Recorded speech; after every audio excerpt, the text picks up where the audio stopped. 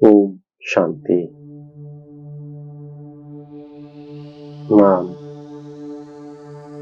நரனை நாராயணனாக ஆக்கும் சேவை செய்கின்ற ஆத்மா.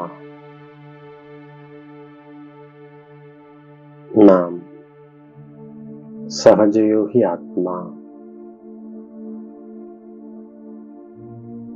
நாம் எப்போதும் இறைமானவ வாழ்க்கை என்ற நினைவில் இருக்கும் ஆத்மா.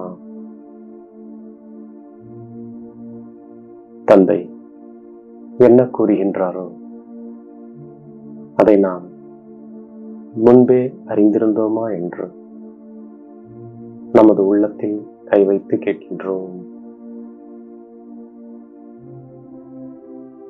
என்ன கேட்கின்றோமோ அதன் பொருளை புரிந்து கொண்டு நாம் குஷியாக இருக்கின்றோம்.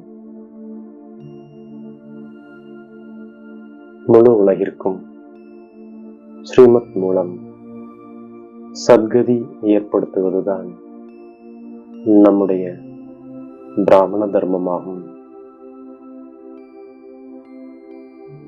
பிராமணர்களாகிய நாம் தான் முழு உலகையும் அமைதியானதாக ஆக்கிவிடுகின்றோம். பிராமண குலத்தை சார்ந்த நாம் தேவதைகளை விட உயர்ந்தவர்களாவோம்.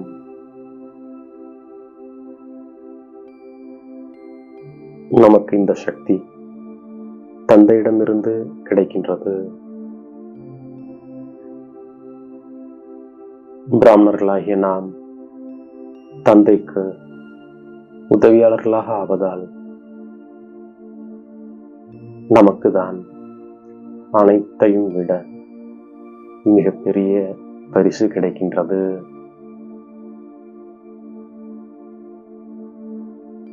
நாம் பிரம்மாண்டத்திற்கும் எஜமானர்களாக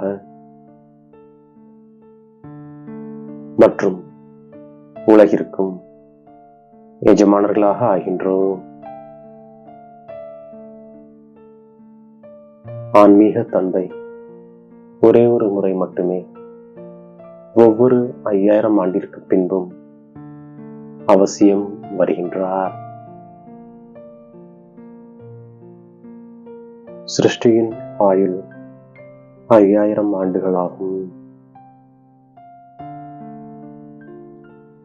நாம் ஆன்மீக குழந்தைகள். ஆத்மாக்களாகிய நம் அனைவரின் தந்தை ஒரே ஒருவர்தான். தந்தை சொர்க்கத்தை படைக்கக்கூடியவர். சொர்க்கம் மற்றும் நரகத்தின் முழு சக்கரத்தின் முதல், இடை, கடையின் ஞானம் புத்தியில் சுற்றி கொண்டே இருக்கின்றது.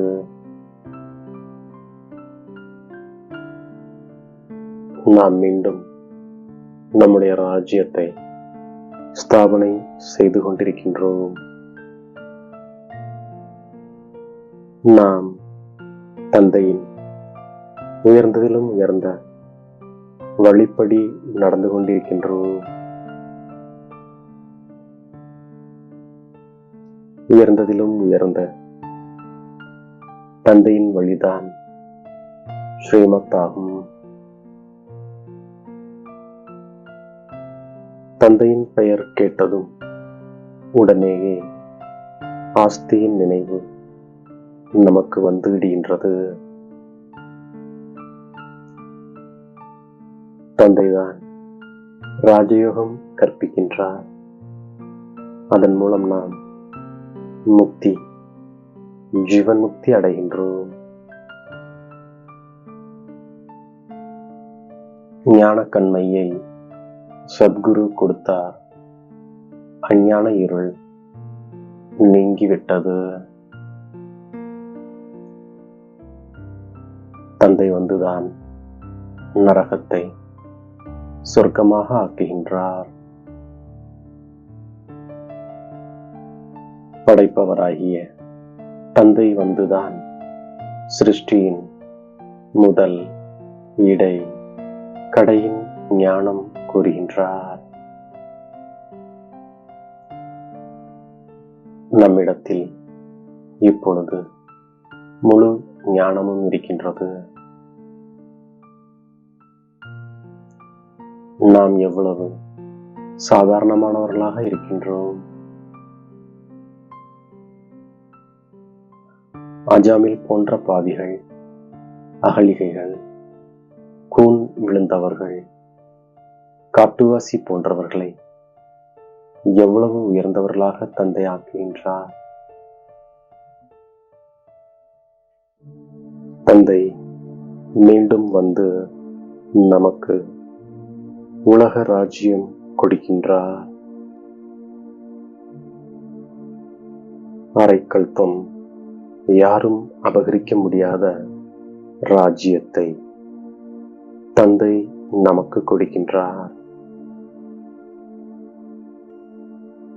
தந்தை சத்தியமானவர், சத்தியமான ஆசிரியர், சத்குருவாகவும் இருக்கின்றார். நாம் உலக ராஜ்யம் அடைவதற்காக ராஜயோகம் படிக்கின்றோம். நாம் இப்பொழுது பிராமணர்களாக இருக்கின்றோம். பிராமணர்களுக்கு தந்தையிடமிருந்து சக்தி கிடைக்கின்றது. இதன் மூலம் நாம் உலகிற்கு எஜமானர்களாக ஆகின்றோம். ஸ்ரீமத் மூலமாக நாம் அனைவருக்கும் சத்கதி கொடுக்கின்றோம். தந்தை நம்மை அவரை விட உயர்வாக ஆக்குகின்றார். நாம் பிரம்மாண்டத்திற்கும் எஜமானர்களாக, உலகிற்கும் எஜமானர்களாக ஆகின்றோம். முழு உலகத்தின் மீதும் நாம் ராஜ்யம் செய்கின்றோம். தந்தை நம்மை மிகவும் இனிமையானவர்களாக ஆக்குவதற்காக வந்திருக்கின்றார். நாம் தந்தைக்கு உதவியாளர்களாக ஆவதால் பரிசு கிடைக்கின்றது. நாம் ஆன்மீக போர் வீரர்களாக இருக்கின்றோம். நாம் தேக சகிதமாக அனைத்து சம்பந்தங்களையும் விட்டுவிட்டு தந்தை ஒருவரை நினைவு செய்வதால் கிருஷ்ணரின் ராஜ்யத்திற்கு சென்று விடுகின்றோம். நாம் இப்பொழுது நரனை நாராயணனாக ஆக்கும் சேவை செய்கின்றோம். நமக்குள் எந்த அவகுணங்களும் இல்லைதானே என்று நம்மை நாம் சோதனை செய்கின்றோம். தந்தையிடம் நாம் புத்துணர்வு அடைவதற்காக வருகின்றோம். தந்தை நம்மை அழைத்து செல்வதற்காக வந்திருக்கின்றார். இறை சேவகன் என்றால் இறை தந்தை சேவையில் எப்போதும் இணைந்திருப்பவர். சுயம் இறைவனே நமக்கு இந்த சேவை கொடுத்துள்ளார் என்ற பெருமையில் சதா நாம் இருக்கின்றோம். செயல்கள் பல செய்த போதும் இறை தந்தையின் கட்டளைப்படி செய்வதாக நினைத்து சுலபமான நினைவின் அனுபவத்தால் சகஜயோகி ஆகிவிடுகின்றோம். தேவதைகளைப் போன்று இனிமையானவனாக ஆகியிருக்கிறேனா என்று நமக்குள் பார்க்கின்றோம். தந்தையின் உயர்ந்ததிலும் உயர்ந்த வழிப்படி நடந்து நமது ராஜ்யத்தை ஸ்தாபனை செய்கின்றோம்.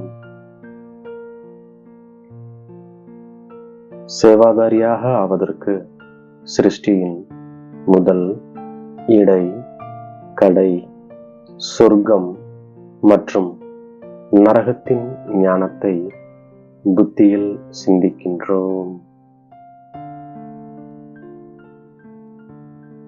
இறை சேவகன் எனும் நினைவு மூலமாக சுலபமான நினைவினை அனுபவம் செய்து சகஜ யோகியாக இருக்கும் ஆத்மா நாம். மாயை அருகே வர முடியாதபடிக்கு இறை மாணவ வாழ்க்கையை எப்போதும் நினைவில் வைத்திருக்கும் ஆத்மா நாம். நம்மை தேடி கண்டெடுத்த இனிமேலும் இனிமையான தாயும் தந்தையும் ஆகிய பாப் தாதாவிற்கு கோடான கோடி நமஸ்காரங்கள். ஓம் சாந்தி.